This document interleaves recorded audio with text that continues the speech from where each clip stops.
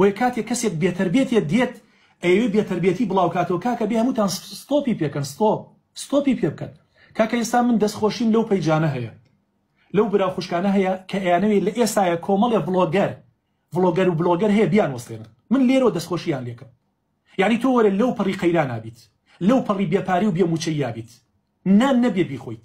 3 مانگە پاری کرێخانوت نەداوە، کری مۆلیدەت نەداوە، 3 مانگە مناڵەکانت سەردانی خەستەخانەیان نەکردووە. دادم بە بڵۆگێکەوە دێت ئەڵێ ئیمڕۆ خۆم و هاوسەرەکەم ڕۆیشتین بۆ شاخ، خۆم و هاوسەرەکەم چوین بۆ مۆڵی فڵان، خۆم و هاوسەرەکەم ئایفۆن 16 بۆ بکڕی. ئیمڕۆ ئاوامان بەسەر بێت، ئیمڕۆ چوین بۆ ماڵی پورم. کاتێ تۆ ئەم ژیانە مزەیەفە درۆیی خۆت عەرزەکەیت، ئافرەتێ لە ماڵەوە کە پارەی نییە پیاوەکەی کراسێکی بۆ بکرێت، پارەی نییە بیبا بۆ خەستەخانە داوا و دەرمانی بۆ بکرێت. کاکە ئەمە ڕەنگە تووشی نەخۆشی نەفسی بێت. بیر ئەکاتەوە باش ئەڵێ خەڵکی بۆچی وە ئەژێ من ئاوا ئەژی.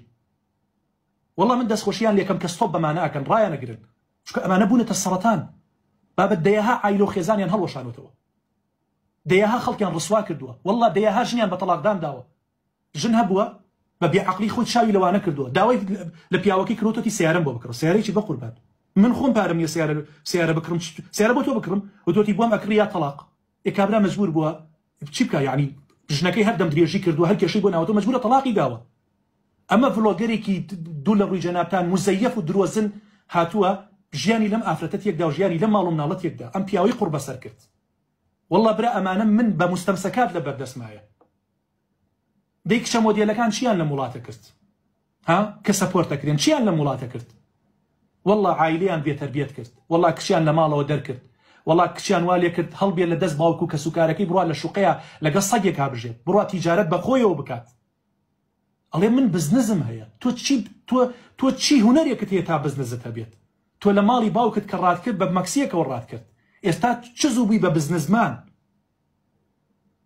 ها خەڵکێکەیە 70 ساڵە ڕاکات ئێستاش کرێکارە، ئێستاش خاوەن خانی خۆی نییە، سیارەیەکی نییە.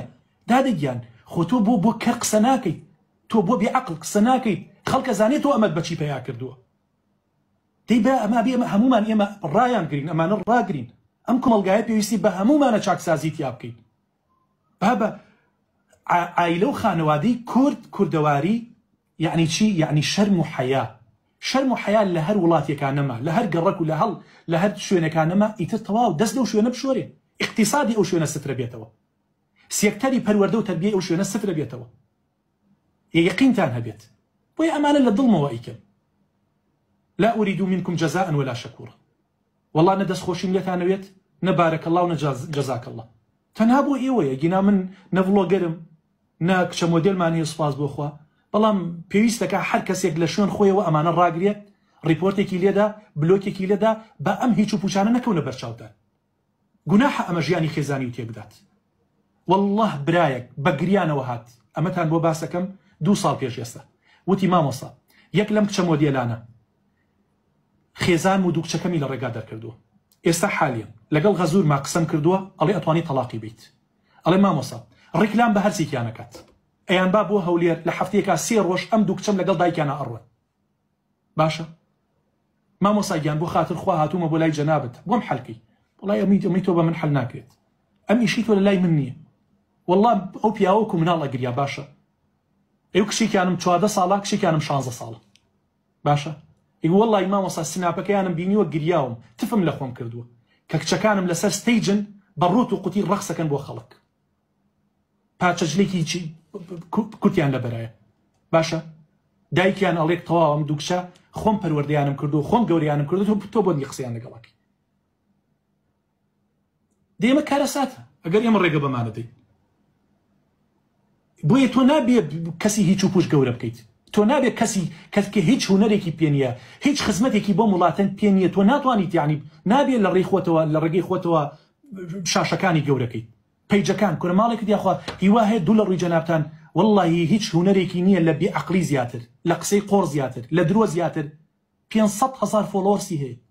500,000 کاکە 500,000 ژمارەیە براکەم، ژمارە وڵاتێک لەسەر ئەم عەرزەیە 500,000 نەفەریتیان نییە. يعني 500,000 كز معجبي أم كسية سرسامي أم كسية لايك بوم كساكن دواي أم كسكوتونك هيك هنريكي نية حرجتو شقنا زانيت